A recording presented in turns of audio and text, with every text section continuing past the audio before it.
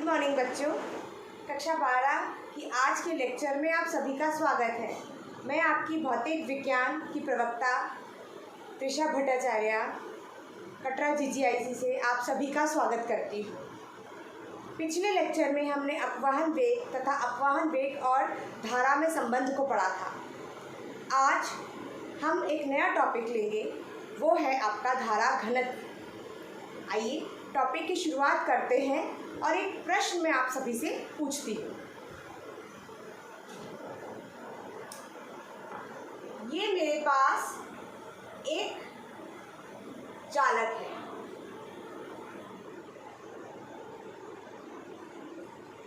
जिसका क्षेत्रफल अलग अलग है।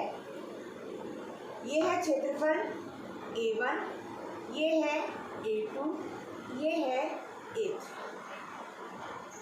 अब इसमें से विद्युत धारा बह रही है I1, इसमें से I2 और इसमें से I3। अब मेरे प्रश्न ये है कि I1 बड़ा है I2 से और I2 बड़ा है I3 से, या I1 छोटा है I2 से और वो छोटा है I3 से, या I1 बराबर I2 बराबर I3। सोचिए थोड़ी देर इस प्रश्न को। चलिए, आपने अपने मन में कुछ तो ज़रूर ही सोचा होगा कि इन तीनों में से कौन सा उत्तर सही है, लेकिन मैं अब आपको सही उत्तर देती हूँ। इसका सही उत्तर है ये। कैसे? देखिए, विद्युत का प्रवाह वैसे ही होता है जैसे जल का प्रवाह। अब अगर मान लीजिए कि आपने पाइप में 10 लीटर का जल प्रवाहित किया है, तो अगर उस पाइप में 3 अलग अलग अनुप्रस्थ काट के क्षेत्रफल है, तो हर एक क्षेत्रफल से गुजरेगा तो 10 लीटर का ही पानी। तो अतः हम क्या कह सकते हैं इस विषय में कि ये जो विद्युत यहाँ होगी वही विद्युत धारा यहाँ होगी और वही विद्युत धारा यहाँ होगी। तो फिर बदलाव किस में आएगा? चलिए इस चीज़ को थोड़ा सा इलैबोरेट करके पढ़ते हैं और तब हम डिफाइन करेंगे इस टर्म। ठीक, मान लिया हम सबको पता है कि ये अगर आपकी क्षेत्र विद्युत जो है क्षेत्र की दिशा है, तो यही दिशा आपके प्लस के इलेक्ट्रॉन की होती है और इलेक्ट्रॉनों की जो दिशा होती है वो इसकी विपरीत होती है। सिर्फ दिशा में अंतर है। तो मैं मान के चलती हूँ कि हम जो है प्लस के आवेश लेके चलेंगे, हम धनात्मक आवेशों को लेके चलेंगे। तो मान लीजिए कि मैंने इस पे विद्युत धारा लगाई, इधर भी वही विद्युत है, यही हमने सिद्ध किया।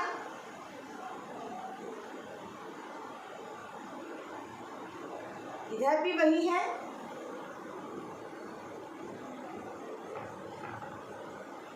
अब आप इसमें क्या चीज़ आप देख पा रहे हो कि यहाँ पर जो विद्युत आपके जो धनात्मक आवेश हैं वो बहुत ही क्लोज बाय है, जबकि यहाँ थोड़ा सा इनमें दूरी दिख रही है। चलिए हम थोड़ा सा इसको और फैला के बना लेते हैं।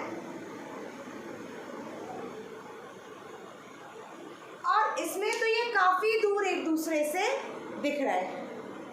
तो अब अगर मैं कहूँ कि इनमें विद्युत धारा तो एक जैसी बह रही है, तो अंतर किस में है? इनमें अंतर किस में है? अंतर है एकांक क्षेत्रफल से बहने वाले विद्युत धारा में। अगर मैं यहाँ पर एक एकांक क्षेत्रफल ले लूँ, यहाँ भी ले लूँ और यहाँ भी ले लूँ, अगर मैं एकांक क्षेत्रफल ले लूँ तो यहाँ पर ज़्यादा आपको आवेश दिखाई देगा, ये मुक्त आवेश है। यहाँ पर आपको उससे कम, और यहाँ चूँकि बहुत बड़ा एरिया है, ये फैला हुआ है, तो यहाँ थोड़ा सा आपको दिखेगा कि चूँकि फैला हुआ है तो यहाँ तो और कम। तो अब हम इस चीज़ को क्या कह सकते हैं कि I1, I2, I3 ये किसके आई के बराबर। तो अगर मैं निकालना चाहूँ आई बटे A1, आई बटे A2, आई बटे A3, मतलब विद्युत धारा का मान एकांक क्षेत्रफल में। तो कैसे होगा देखिए, हमें पता है चित्र में दिख ही रहा है आई A1 छोटा है A2 से और ये छोटा है A3 से, ठीक है। अब इसके डिनोमिनेटर में अगर चीज़ें छोटी होंगी तो न्यूमरेटर क्या हो जाएगा, बड़ा। तो हम ये कह सकते हैं कि ये जो है आई बटे A1 ये बड़ा होगा आई बटे A2 से और वो बड़ा होगा आई बटे A3 से। कैसे? क्योंकि जिसका डिनोमिनेटर छोटा होता है उसका टोटल मान बड़ा होता है, ठीक है। आप उदाहरण में भी देख सकते हैं, एक अगर हम मैथ्स का एक देख लें 5/2 और 5/4 भाग देखिए ये कितना आएगा 2.5 और इसको करिए 1.25, तो बड़ा कौन हुआ, ये बड़ा हो गया, है ना। तो जिसका डिनोमिनेटर छोटा होता है उसका मान अपने आप में बड़ा आता है। तो इसी तरह से इसी को बेस बना के मैं कह सकती हूँ कि मेरा I/A1 बड़ा होगा I/A2 से और I/A2 बड़ा होगा I/A3 से। सबसे कम जो मान आएगा वो I/A3 का है। लेकिन I/A3 है क्या, I/A3 है आपका धारा घनत्व, इसको J से डिनोट करते हैं और इसका मान होता है I/A, मतलब विद्युत धारा बटे क्षेत्रफल। सबको समझ में आया, विद्युत धारा बटे क्षेत्रफल। मतलब अगर मेरा करंट नहीं बढ़ रहा, चेंज हो रहा है, वो तो बदल नहीं रहा है, तो ऐसी कौन सी चीज़ है जो इसके अनुप्रस्थ काट का अगर क्षेत्रफल बदलने की वजह से बदलेगी, क्या बदलेगी, वो बदलेगी इसकी धारा घनत्व, धारा का घनत्व, ठीक है।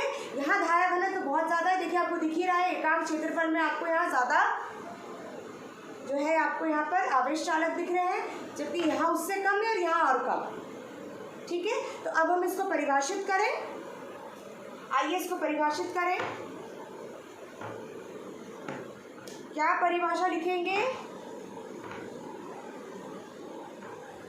चलिए देखिए बहुत इजी है, याद करने की आपको आवश्यकता नहीं पड़ेगी, आप इसको ही बेस करके कर सकते हैं। तो हम क्या लिख सकते हैं, चालक के किसी बिंदु के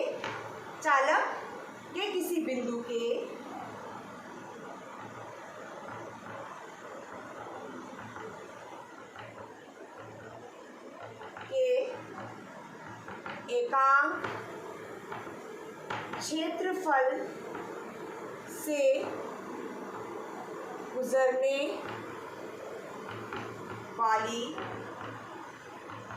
धारा का मान क्या कहलाता है, धारा घनत्व। क्या कहलाता है आपका, धारा घनत्व, ठीक है। अब हम इसको थोड़ा सा और समझते हैं, ठीक है। जैसे मान लीजिए, जैसे हम क्या लेके चलते हैं, एक 3D फिगर, तो ये मेरा एक 3D फिगर है, 3 आयामी, एक मैंने मान लीजिए ये मेरा एक 3 आयामी चालक, ठीक है। अगर मैं इसको 2 आयामी बनाऊंगी तो मैं कैसे बनाऊंगी, इसी तरह से बनाऊंगी, तो ये वाला ही पृष्ठ मुझे नजर आएगा। तो चलिए इसको मैं बनाती हूँ, ठीक है। अब वैद्युत क्षेत्र कैसे जा रहा है, वैद्युत क्षेत्र ऐसे जा रहा है,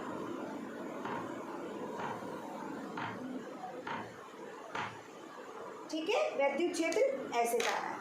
अब जब हमने पहला पाठ पढ़ा था तो हमने क्या सीखा था, हमने सीखा था क्षेत्रफल सदिश।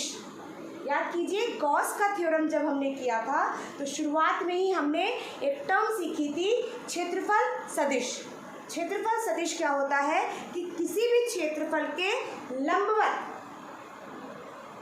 जो हम लाइन लेंगे उसे हम क्या कहेंगे, क्षेत्रफल सदिश। ये हमेशा उस क्षेत्रफल के लंबवत रहता है। तो इसका हम क्षेत्रफल सदिश ले लें, ये आपका क्षेत्रफल है क्योंकि हमको ये वाला पोर्शन नजर आ रहा है, तो क्षेत्रफल सदिश मेरा किधर होगा, क्षेत्रफल सदिश मेरा ये होगा। ठीक है, तो आपकी धारा भी इधर बह रही है और क्षेत्रफल सदिश ये भी इधर ही बह रहा है। ठीक है, ये समझ में आया। ठीक, तो अब ये बताइए कि धारा में और क्षेत्रफल सदिश में कितने का कोण बन रहा है। देखिए, आप ध्यान से देखिए, मैं इसमें आपको समझाती हूँ। ये लाल से मैंने क्या दिखाया है, लाल है मेरा क्षेत्रफल सदिश जो हमेशा क्षेत्रफल के लंबवत होता है। ठीक, अब दूसरा ये क्या है आपका, विद्युत धारा। दूसरा इसमें क्या है, ये विद्युत धारा। तो देखिए, विद्युत धारा भी आपके इस चालक के लंब में है और आपका जो क्षेत्रफल सदिश है वो भी लंबवत में है। तो इन दोनों के बीच का कोण कितना हो गया, शून्य। इन दोनों के बीच का कोण कितना हो गया बच्चों, शून्य। तो इन दोनों के बीच में कोण हो गया शून्य है। और एक चीज़ और अब इस डेफिनेशन में जुड़ जाएगी, चालक के किसी बिंदु के एकांक क्षेत्रफल से के लंबवत। कैसे आया, के लंबवत। तो क्या एक चीज़ हम इसमें मॉडिफिकेशन करेंगे, के लंबवत। ठीक है, क्योंकि हमने अब आपको 3 आयामी में इसको दिखाया तो आपको समझ में आया कि मैंने ये शब्द क्यों जोड़ा, क्योंकि लंबवत। तो लंबवत गुजरने वाली धारा का मान क्या कहलाता है, धारा घनत्व। तो इसे कैसे दिखाएंगे, जे से दिखाएंगे। तो जे क्या होगा मेरा, I/A। जे क्या है, जे एक सदिश राशि है, जे एक सदिश राशि है। अब इसका मात्रक निकाला जाए।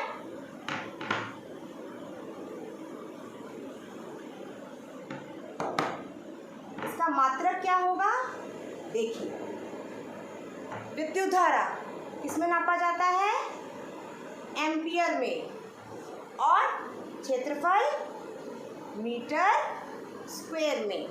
तो ये हो जाएगा एम्पियर बटे मीटर स्क्वायर, एम्पियर मीटर -2। ये इसका मात्रक निकल के आ गया। ठीक, यहाँ तक आपका क्लियर हुआ। यहाँ तक तो मुझे लगता है आपको कोई दिक्कत नहीं आ रही होगी।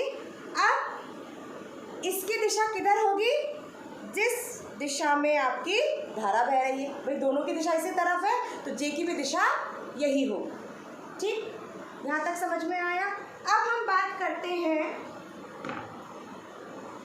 अभी तक मेरा चालक कैसा था, अभी तक मेरा चालक कैसा था, सीधा। ठीक है, सीधा। अब अगर मेरा चालक ऐसा है, बना ले इसको, मेरा चालक कैसा है, ऐसा, ऐसा है, दिख रहा है। तो जो आपका विद्युत क्षेत्र है, जो विद्युत की धाराएं बह रही हैं, वो तो भाई इसके अपनी सिधाई में निकल जाएंगी, ये तो आप सबको पता है, करंट। लेकिन जो आपका क्षेत्रफल सदिश है वो हमेशा क्षेत्रफल के लंबवत होता है। तो अगर क्षेत्रफल ऐसा है तो ये ऐसे हो जाएगा। आपको समझ में आ रहा है। तो ये किस तरीके का फिगर बनेगा, देखिए बच्चों, ये जो है आपका क्षेत्रफल है, इसका सदिश रेड से मैं दिखा रही हूँ कैसा है, ऐसे। जबकि धारा कैसे बह रही है, वो तो आपके जो आपका बेस लाइन है समतल के एकदम, तो आपको देख रहे हैं इनके बीच में अब कोण दिख रहा होगा, कोण दिख रहा है, ये दिख रहा है। ठीक है, जो आपका क्षेत्रफल है, क्षेत्रफल के लंबवत आपका क्या है, क्षेत्रफल सदिश है, तो वो तो इसका लंबवत हो गया। और जो आपकी धारा है वो तो अपने हिसाब से सीधे लंबवत, क्षेत्रफल के हिसाब से नहीं बह रही है, वो तो आपके समतल के लंबवत चली जा रही है। तो आपको कोण दिख रहा है, तो ऐसा ही कोण आपका यहाँ भी बनेगा। ये आपका क्षेत्रफल सदिश है, तो ये इसके साथ कोण बनाएगा, मान लीजिए थीटा। अब हम जे कैसे निकालें, देखिए बहुत आसान है। मैंने आपको कंपोनेंट में ब्रेक करना क्लास 11th में ही सिखाया था, मतलब घटकों में। तो अगर आपके पास मान लीजिए कोई भी लाइन है, कोई भी आपके पास वेक्टर है, ठीक है, मान लीजिए ये वेक्टर आप कुछ भी अपने हिसाब से ले सकते हो, मान लीजिए P वेक्टर है और ये एंगल अगर थीटा बना रहा है, तो ये हमने बताया था कि जो आपकी बेस लाइन होती है वो कॉस का घटक देती है। तो इसका घटक क्या हो जाएगा, बेस लाइन पे एक्स एक्सेस पे एक्स दूरी पर अक्ष पे एक्स अक्ष पे क्या हो जाएगा, P कॉस थीटा, और जो लंबवत है मतलब इस एंगल को कैरी नहीं कर रहा है वो हो जाएगा P साइन थीटा। थोड़ा सा और इसको क्लियर करके देखते हैं। मान लीजिए यही केस मैं उल्टा कर दूं, किस तरह से, देखिए वो सेम है, लेकिन अब मेरा जो एंगल है, जो कोण है आपका वेक्टर का, वो क्या बन रहा है यहाँ। तो ये देखिए अब ये मेरा बेसलाइन बनेगा, तो ये जो कंपोनेंट, ये जो घटक होगा ये P cos थीटा होगा, और ये घटक तब क्या बन जाएगा, P साइन थीटा। ये बात समझ में आई। तो इसी को हम यहाँ लगाएंगे कि इसका हम चूँकि बेस लाइन लिया है तो इसका कंपोनेंट हम, इसका घटक हम इस तरफ लेंगे, ठीक है, इसका घटक हम इस तरफ लेंगे। मैं इसका डायग्राम बना के आपको और क्लियर कर देती हूँ, इसी के उसमें बनाऊंगी। देखिए ये आपका आई जा रहा है, ये आई जा रहा है बच्चों, ये ए जा रहा है बच्चों, ये थीटा कोण है। अगर मैं इसको इधर से एक्सटेंड करूं, देखिए उसी तरह का फिगर बना है जो मैं बना रही थी, उसका उल्टा बना, तो ये इसकी बेस लाइन होगी, तो ये ए है, तो इसका कंपोनेंट कौन सा वाला होगा, इसका कंपोनेंट होगा कॉस वाला, तो ये होगा ए कॉस थीटा जो कोण है, तो ये क्या हो जाएगा, ए कॉस थीटा।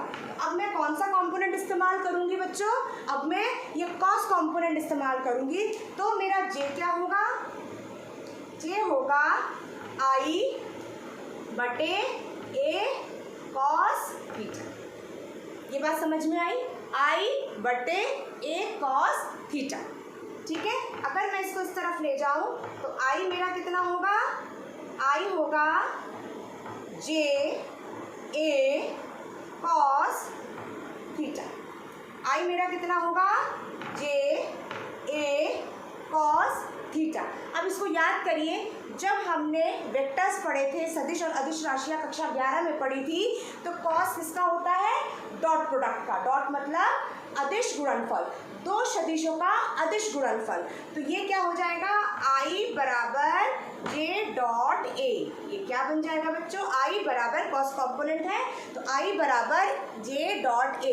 ये हमने कहाँ पर पढ़ा है, ये हमने जब हमने वेक्टर्स पढ़ा था, सदिश राशियाँ कक्षा 11 में पढ़ी थी, उसमें ये क्लियर किया गया था, आपको याद आ रहा होगा, मैंने रिवाइज भी करा दिया। अब हमें क्या पता है कि जब हम दो सदिश राशियाँ लेते हैं और उनका डॉट प्रोडक्ट निकालते हैं, सदिश गुणनफल निकालते हैं, तो मेरा जो उत्तर आता है वो एक अदिश राशि होता है, ठीक है। अदिश गुणनफल जब निकालेंगे, किसी भी दो सदिश राशियों का अदिश गुणनफल निकालेंगे, तो मेरा जो उत्तर होगा वो एक अदिश होगा, वो एक अदिश होगा।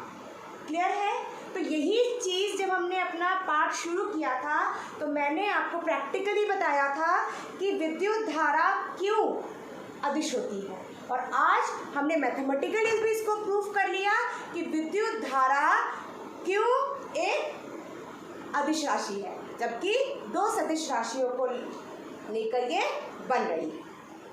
ये क्लियर हुआ। अब एक चीज़ और, आपको न्यूमेरिकल्स में एक बात याद रखनी है कि ये जो मैं ए इस्तेमाल कर रही हूँ, ये क्षेत्रफल सदिश है।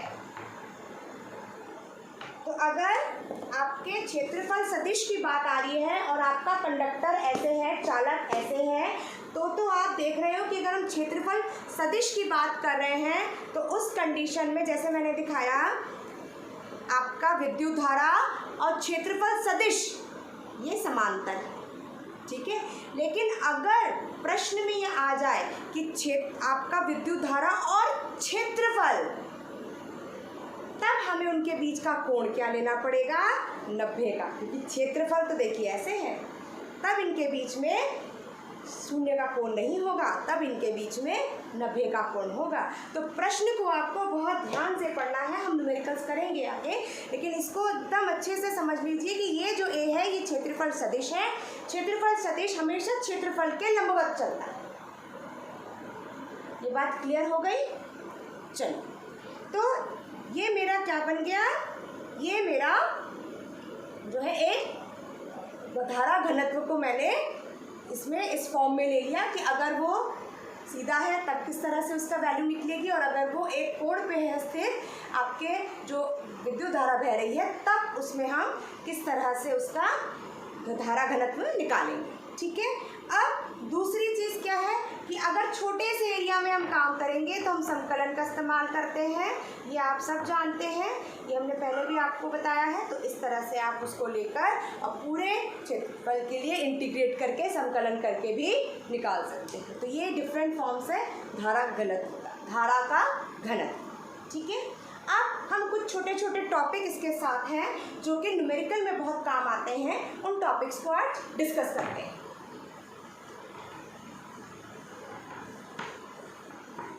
सबसे पहला टॉपिक जो मैं लूँगी वो है अपवहन वेग और धारा घनत्व में संबंध।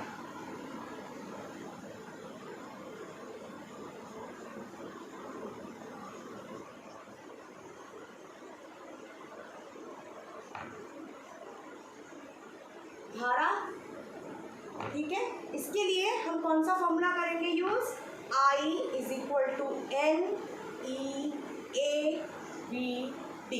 ये हमने अपने सेकेंड लेक्चर में इसका मान निकाला था। अब मैं क्या करूँगी, इस A को इधर लेके चली जाओ, तो ये क्या बनेगा, I/A = NEA, सॉरी E अब रहा नहीं, VD, और इसको हम क्या कहते हैं, धारा घनत्व। तो ये क्या है मेरा J, ये है मेरा J, ये किसके बराबर है, NEVD। ये किसके बराबर आया बच्चों मेरे, NEVD। एक बार इसको रिवाइज करते हैं। अपवहन वेग और धारा घनत्व में संबंध हमको निकालना था। हमें ये पता चला है कि I = NEAVD, क्योंकि हम इसको निकाल चुके हैं अपने प्रीवियस लेक्चर्स में। अब मैंने I को यही रखा, A को मैं नीचे लेके चली गई, बाकी AEVD यहीं पर छोड़ा है। अब I/A हमारा क्या होता है, धारा घनत्व, विद्युत धारा बटे क्षेत्रफल धारा घनत्व होता है। मैंने यहाँ पर J लिखा, NEVD ये मैंने लिखा। ठीक है।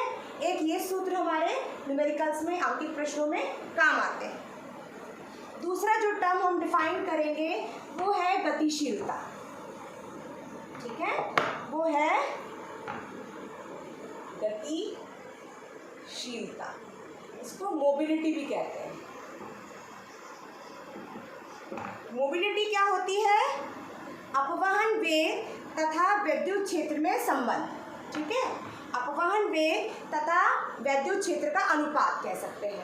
तो अपवहन वेग VD तथा क्या होगा, विद्युत क्षेत्र का अनुपात।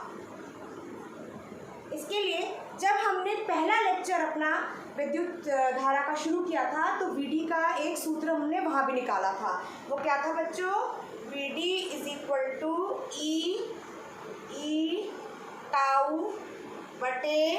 E/τ/m। याद है, अगर इलेक्ट्रॉन है तो माइनस का E क्या था, आवेश, इलेक्ट्रॉन अगर इस केस में हम ले रहे हैं।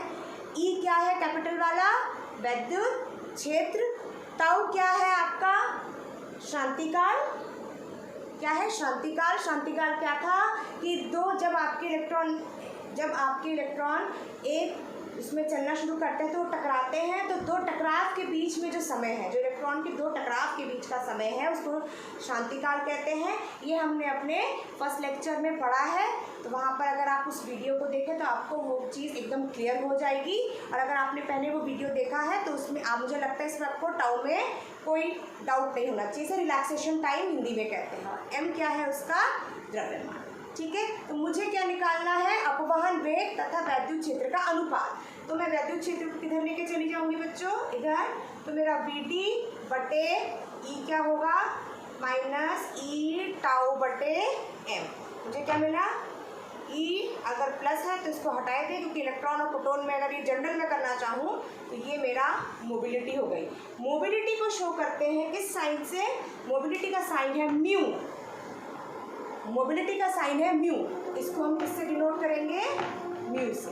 तो म्यू जो कि अनुपात है किसका, अपवहन वेग VD और वैद्युत क्षेत्र E का, इसका मान होता है E टाउ बटे M, इसका मान होता है E टाउ बटे M। क्लियर। अब जो नेक्स्ट हम पढ़ेंगे वो है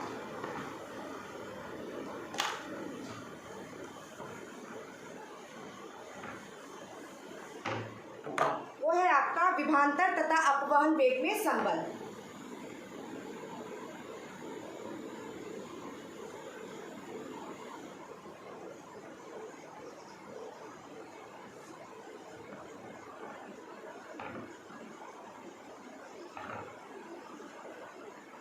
ठीक है, इन दोनों में संबंध। तो अभी हमने पढ़ा था VD is equal to minus E tau बटे M। अब हमने ये चीज़ पढ़ी है कि अगर आपका एक ये कंडक्टर है, एक चालक है, और इसमें हमने जो है वैद्युत क्षेत्र लगाया है, ठीक है, एक वैद्युत क्षेत्र लगाया है और इसकी जो लंबाई है वो L है, तो विभवांतर V किसके बराबर था, विभवांतर V जो है उसको हम निकालने के लिए क्या करते थे, E का इस्तेमाल करते थे। E होता था V बटे L। याद कीजिए, ये हमने फर्स्ट जब यूनिट को कर रहे थे तब हमने सीखा था। तो E is equal to V बटे L होता है। ये समझ में आया। अब यही वैल्यू मैं कहाँ रखूँगी, यहाँ पर रखूँगी, और किसके साथ रखूँगी, माइनस साइन के साथ। माइनस साइन के साथ क्यों, क्योंकि इसकी दिशा इलेक्ट्रॉन की दिशा के विपरीत होगी और VD इलेक्ट्रॉन की दिशा इलेक्ट्रॉन की उस पर चलती है। तो ये क्या हो जाएगा, VD is equal to minus E की जगह मैं क्या लिखूँगी, माइनस V बटे L टाउ अपॉन M। तो VD is equal to minus minus plus V tau बटे L M। क्या आया मेरा, VD V टाउ बटे LM। V क्या है मेरा V क्या है, विभवांतर, ठीक है। V क्या है मेरा, आप कैपिटल लेके चलिए, विभवांतर, ठीक। तो मैं इस V को किधर लेके चली जाऊंगी, इस V को मैं चाहे तो नीचे इसके अनुपात में लेकर आइए, तब सूत्र बनेगा। अदरवाइज ये एक रिलेशन आपको संबंध शो कर रहा है कि VD जो है, अपवहन वेग जो है, वो किस पे निर्भर करता है, इलेक्ट्रॉन के आवेश के मान पर, और ये क्या है, विभवांतर पर, और शांतिकाल समय या इसको क्या कहते हैं, रिलैक्सेशन टाइम पर, और जो भी चालक है उसकी लंबाई पर, और आपके द्रव्यमान पर। ठीक है, दोबारा विभवांतर तथा अपवहन वेग में संबंध निकालना है हमको। हमने ये चालक लिया, हमें ये पता है कि L लेंथ की चालक है और उसको मैंने एक वैद्युत क्षेत्र दिया है, इसके लिए मैंने बैटरी का इस्तेमाल किया। तो मेरा जो वैद्युत क्षेत्र है वो विभवांतर बटे L होगा। ये रिलेशन हम फर्स्ट यूनिट में पढ़ चुके हैं। अब मैंने वही किया, E की जगह V अपॉन M लगाया। E क्योंकि इलेक्ट्रॉन का चल रहा है, इसमें आपका इसके हिसाब से इलेक्ट्रॉन का निकाला, तो माइनस V अपॉन L निकाला। ये और ये माइनस माइनस प्लस हुआ, ये तीन ऊपर आए, ये डिनोमिनेटर में गया Ln।